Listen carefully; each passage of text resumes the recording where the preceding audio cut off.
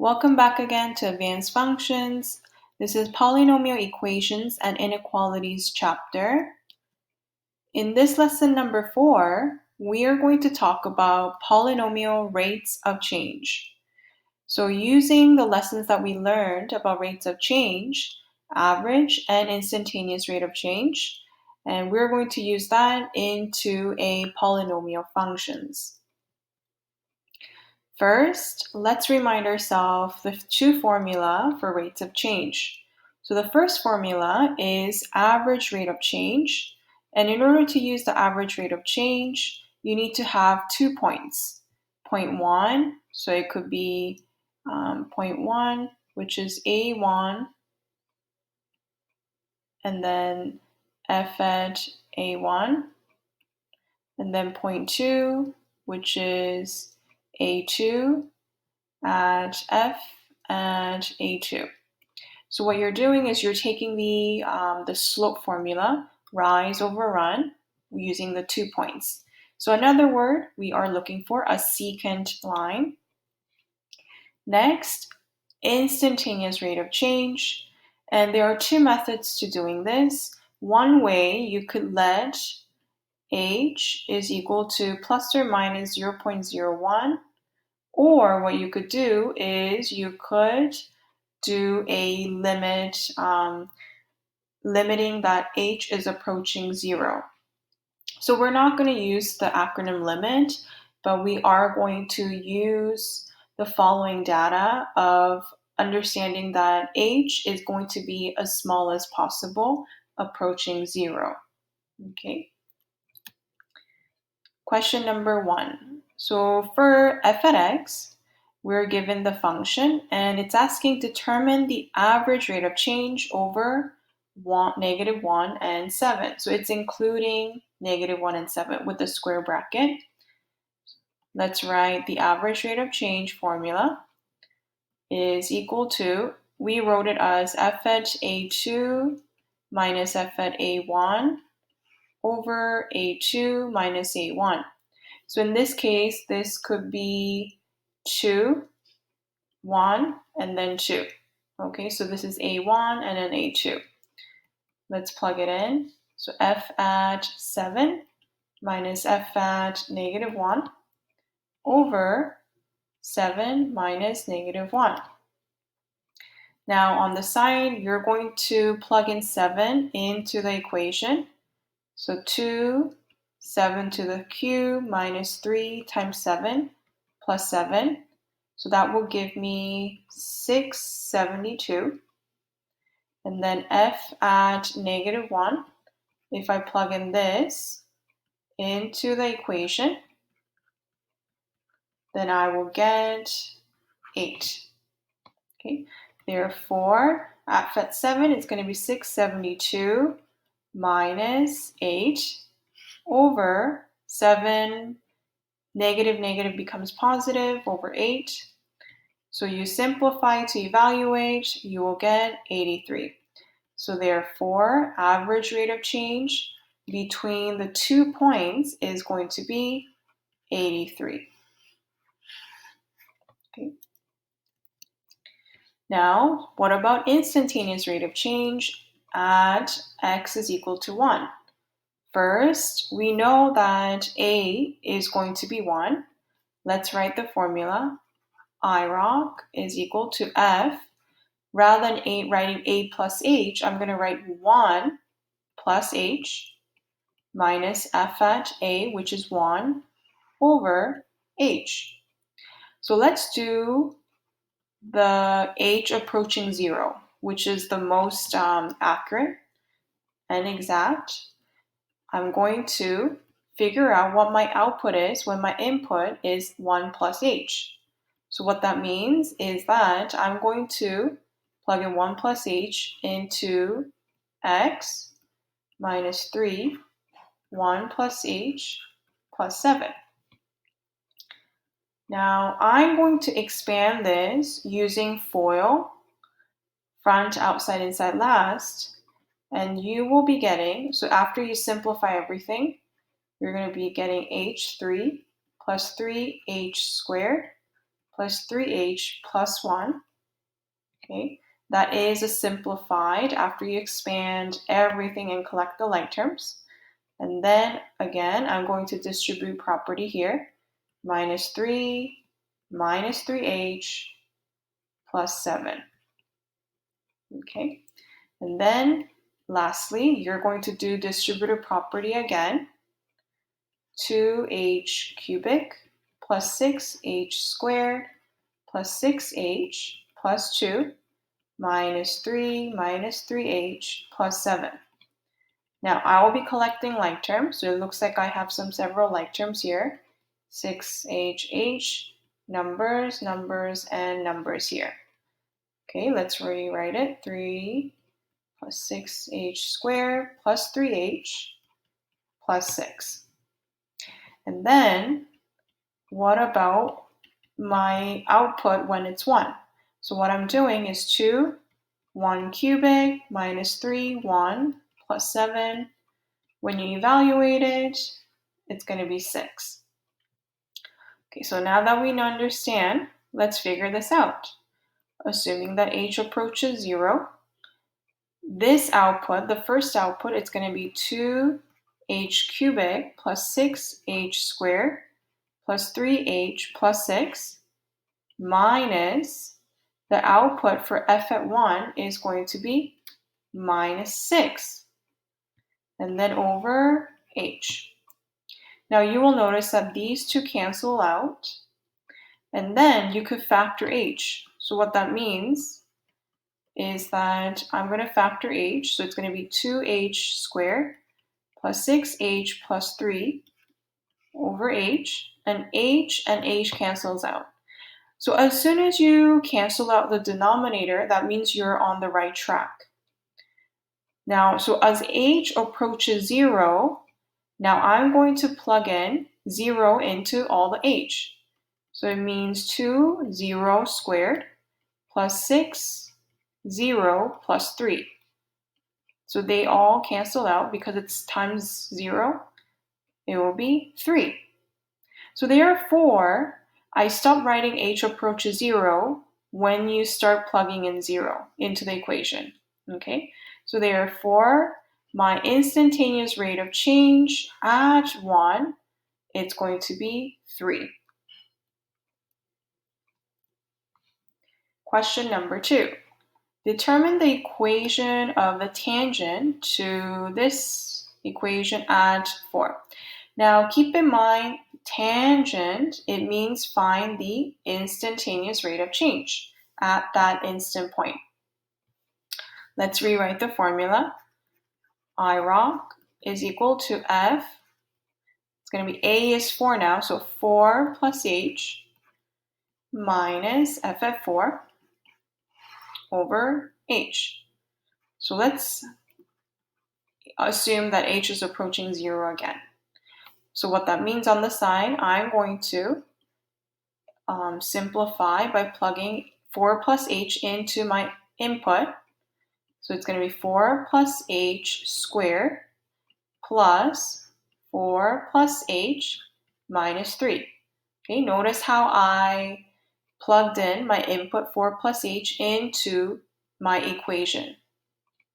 Now you're going to do FOIL for 4 plus H, so it's going to be H squared plus 8H plus 16. Okay, and then plus 4 plus H minus 3. Now you're going to collect the like terms. So it looks like I have a like term for numbers and with H, so it's going to be H squared plus 9H plus 17. Now that's my output. And then what about F at 4? So let's plug in 4 as my input. 4 squared plus 4 minus 3. When you evaluate it, it's going to give you 17. Let's go back.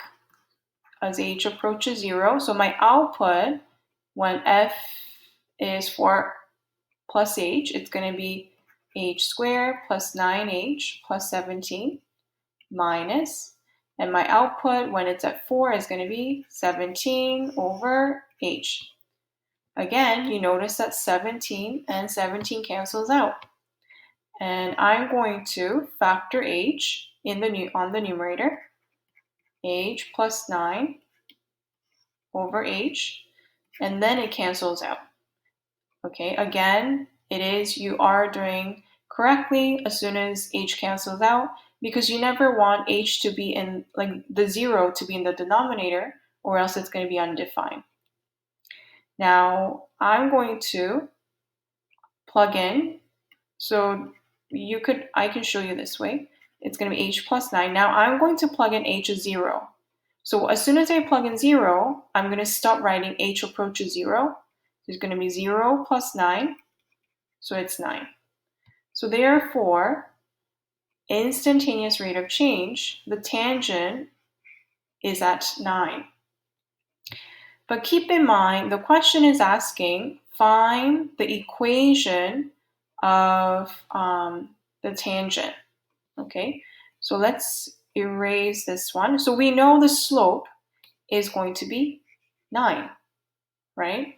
The slope is going to be 9. Now, let's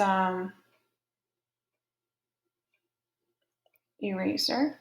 Okay, so we know that the slope is going to be 9. And let's rewrite this.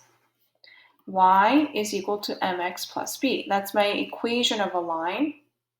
And what I know is that we know a point. We can plug in a point at 4, and the output at 4 was 17, right, from our previous calculation. So y is going to be 17, slope is 9, and my x is 4, and we are going to find b. So 17 equals 36 plus b. B is equal to negative 19. So therefore, the equation of the tangent line is going to be y is equal to slope 9x minus 19. So that will be your final equation.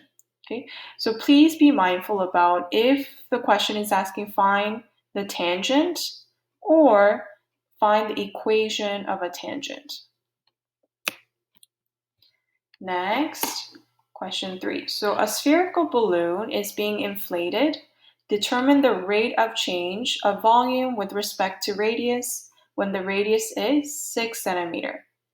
Okay, so it gives us the volume formula of a sphere, 4 pi r cubed divided by 3.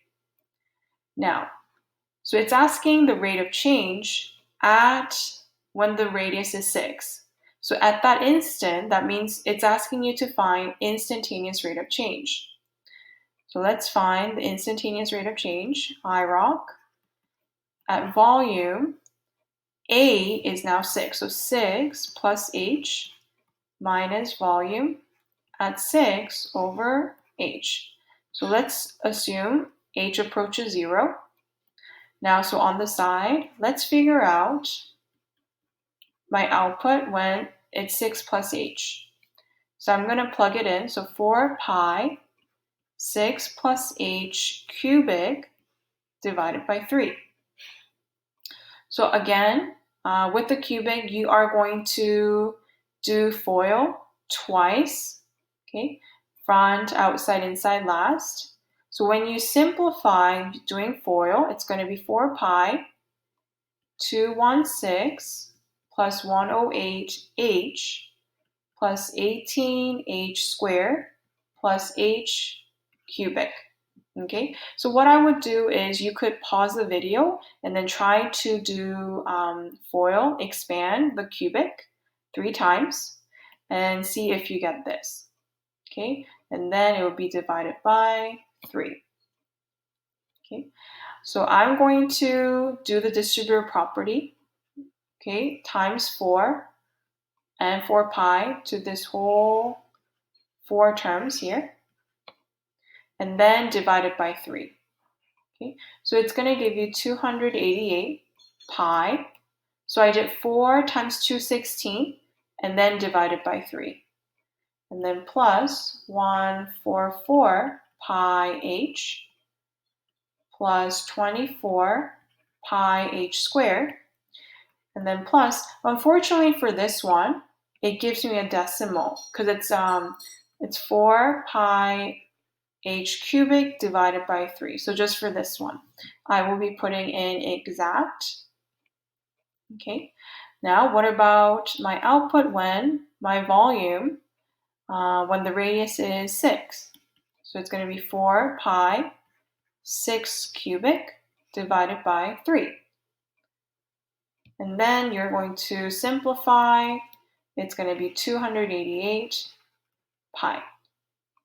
Okay, so I left it as pi just to be exact.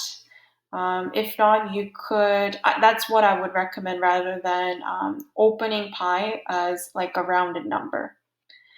Okay, so let's plug it back in. So my output when it's 6 plus h is going to be 288 pi plus 144 pi h plus 24 pi h squared plus 4 pi h cubic divided by 3. And my output for volume at 6 is going to be 288 pi divided by h. Okay. Now, as always, you will notice that the numbers cancel out the constant. Okay. Also, you can notice that the h cancels out as well. So you could factor h, but just by visually, this becomes 1, this becomes 1, and h. Okay. So let's see. As h approaches 0, I get 144 pi, because h divided by the denominator, plus 24 pi h, and then 4 pi h squared divided by 3. Okay, now I'm going to plug in h as 0. So 144 pi times 24 pi times 0 plus 4 pi 0 squared divided by 3. So obviously these two become 0. So therefore, my instantaneous rate of change, the volume, is going to be 144 pi. That is going to be my final answer.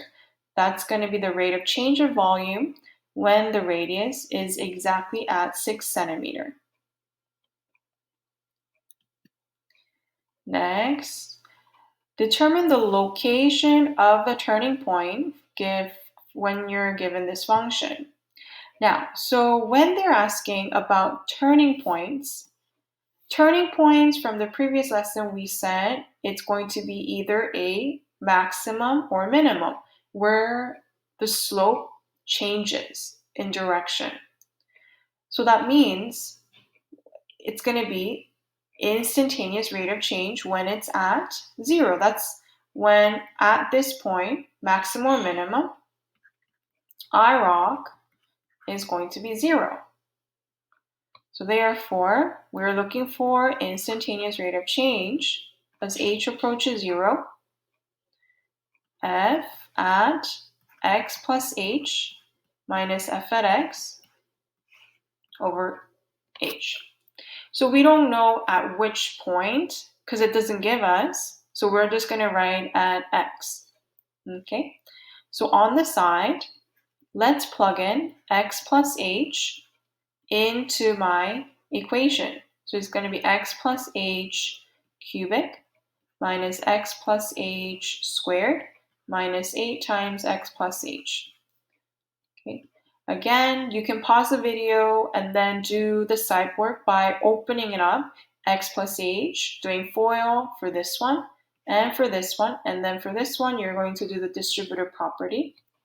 So it's going to be, for the first one, it's going to be x cubic plus 3x squared h plus 3x h squared plus h cubic. Okay, so that's for first. And then minus, for the FOIL for the second one, it's going to be x squared plus 2xh plus h squared. And lastly, for the last FOIL, it's going to be negative 8x minus 8h. Now, when you are expanding, don't forget to do FOIL for this one. And then you will notice that x cubic and x squared, okay? And then, so you will collect the like terms. So it's going to be x cubic plus 3x squared h plus 3x h squared plus h cubic minus x squared plus 2xh, minus, and then minus h squared minus 8x minus 8h. Okay, now what about what my input is x, which is just same thing, x cubic minus x squared minus 8x. Okay, so let's plug it in. As h approaches 0, my output, it's going to be really, really long. It's over here, right? So, oops. So you will notice that we have to figure out, are there any cancellation when we are subtracting this? Okay, so you will notice that this minus this will cancel out. And you will also notice that negative x squared minus this becomes positive, so it cancels out. And then negative 8x minus negative 8x becomes positive. So these two cancel out because we are subtracting this. We're subtracting this whole thing. So that's why it cancels out. So let's rewrite the simplified version. Is going to be 3x squared h plus 3xh squared plus h cubic minus 2xh minus h squared minus 8h over h. Okay, so this is after you subtracted minus f at x. Okay, these two terms. And now, do you notice that all of this contain h? So I could technically divide everything by h here. So divide by h, so this becomes 1, this becomes 2, cancels out, this becomes 1, and this cancels out. Okay, so when I divide it by h, it becomes 3x squared plus 3xh plus h squared minus 2x plus h minus 8. Okay. Oh, it's minus here. Oops, sorry. Now, what we're going to do, I'm going to plug in h as 0. So it's going to be 3x squared plus 3x times 0 plus 0 squared minus 2x minus 0 minus 8. So obviously these become 0. So therefore, it's going to be 3x squared minus 2x minus 8. Now, so this is going to be my instantaneous rate of change. Okay, but we have to figure out what is the location. So what I'm going to do is I'm going to factor and figure out, because the instantaneous rate is going to be 0. Instantaneous rate of change is 0. Okay, 0 is equal to 3x squared minus 2x minus 8. Now I'm going to factor using decomposition. 3, 1, negative 2, 3, 3. Okay, so it's going to be negative plus 4 and then negative 2. Okay, so when you factor completely, it's going to be x minus 2 and then 3x plus 4 equals 0. So therefore, x minus 2 equals 0. So x is equal to 2. 3x plus 4 equals 0. X is equal to negative 4 over 3.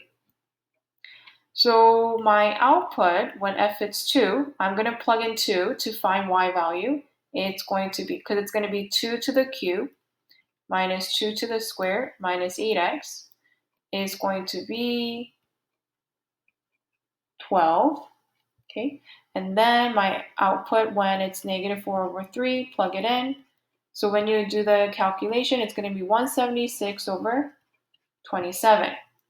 So therefore, what's my final answer? Well, the location of the turning point when it gives you instantaneous of 0, it's going to be at 2, 12, and negative 4 over 3 at 176 over 27. So these are the two locations that the instantaneous rate of change is going to be 0.